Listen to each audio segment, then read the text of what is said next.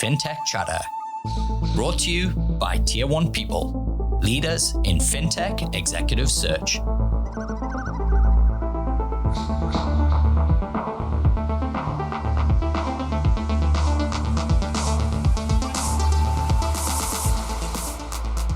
I'm your host, Dexter Cousins. And since 2019, I've interviewed hundreds of fintech leaders. Every single interview has given me insights, a little gem or a pearl of wisdom that I love to share with my network. This Bitesize comes from David Washbrook, who is the co-founder of Look Who's Charging. Look Who's Charging are a real Aussie fintech success story, having bootstrapped to a successful exit in 2021. Here's David sharing his secrets to getting traction with the big four banks early on without needing VC money and bootstrapping the business. You can check out the full interview by following us on your favorite podcast player, and don't forget to leave us a like and a review.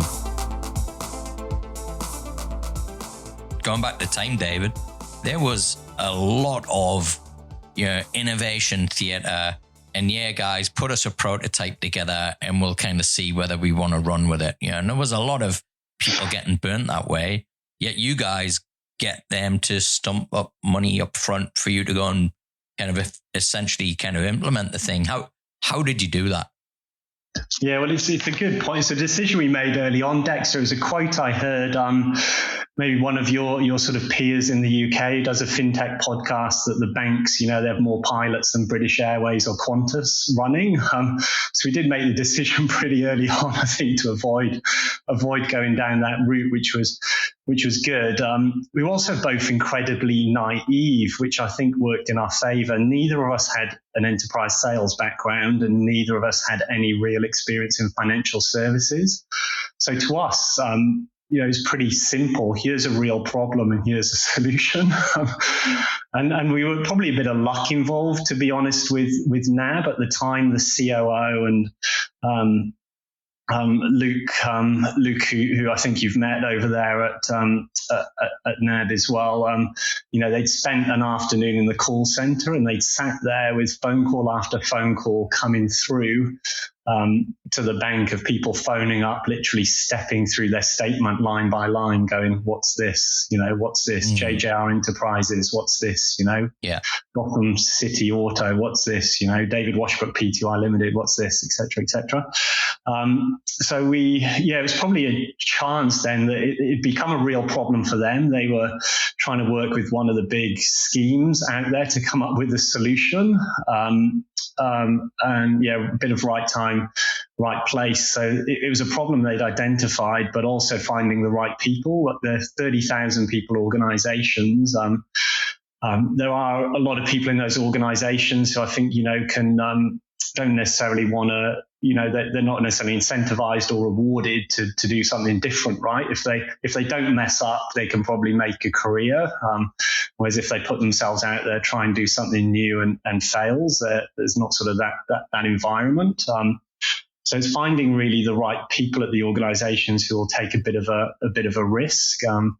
So we were lucky, I guess, in that respect as well, to come across the right people very quickly. And it was a very quick process with NAB, 8 months from start to go live, which at the time we thought was incredibly long. But having been in the industry now for a few years, realized it's exceptionally quick process.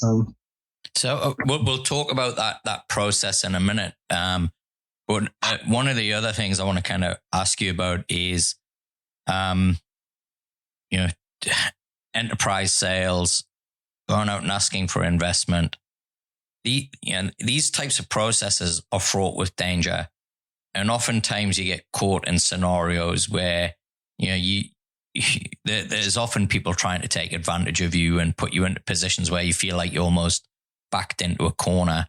How did you kind of navigate the negotiations with VCs or big four banks to ensure that you were still retaining ownership of Look Who's Charging? Yeah, it's a good question, Dexter. And look, in the early days, it's very, very hard, right? Because the balance of power in the early days, you are struggling to survive, right? It's, you're on a very tight thread every single day. In the early days, it's hard. Look, as you become more established, the balance of power definitely shifts. And, in our latter years, there were some big, global enterprises, some of the biggest enterprises in the world we would just say no to. It's like, this is the deal, take it or leave it. But in those early days, it's much harder. I'd say our overall experience was pretty good and pretty fair. We didn't have to deal with VCs because we were bootstrapped, but on the whole, dealing with the large banks, I think they're probably used to working with large organizations where things take forever and the bill is very, very big. We put forward what we thought was a pretty reasonable, amount for them to pay. And it's probably a fraction of what they pay for services that add less value, working with these other big organizations. So generally it was a pretty good experience. And as I said, they were very good as well with sort of payment terms, etc., which was pretty critical for us in the earlier stages. But it almost shifts before you know it. One day you're waking up and your inbox is empty. You're having to work the phones really hard. You're probably giving away more than you want to in negotiations. But, all of a sudden, before you know it, that flywheel starts turning, and you wake up every day and you're no longer doing anything proactive. You're looking at your inbox and deciding which of the 20 opportunities you're gonna pick up. So, and it happened that fast in your experience, did it? It felt like it did. And it's probably adapting your mindset a bit as well to move and change when that does happen. But it's a good position, I think, for the business to be in. We were very fortunate to get there. But it's also, trying to then still remain proactive with, developing new products, working with new clients, etc., etc. No. Thanks for listening. If you're coming back, thanks so much for your support. And if you're new to the show, make sure to follow us and leave a review. You can connect with me, Dexter Cousins, on LinkedIn and Twitter. Until the next episode, stay safe.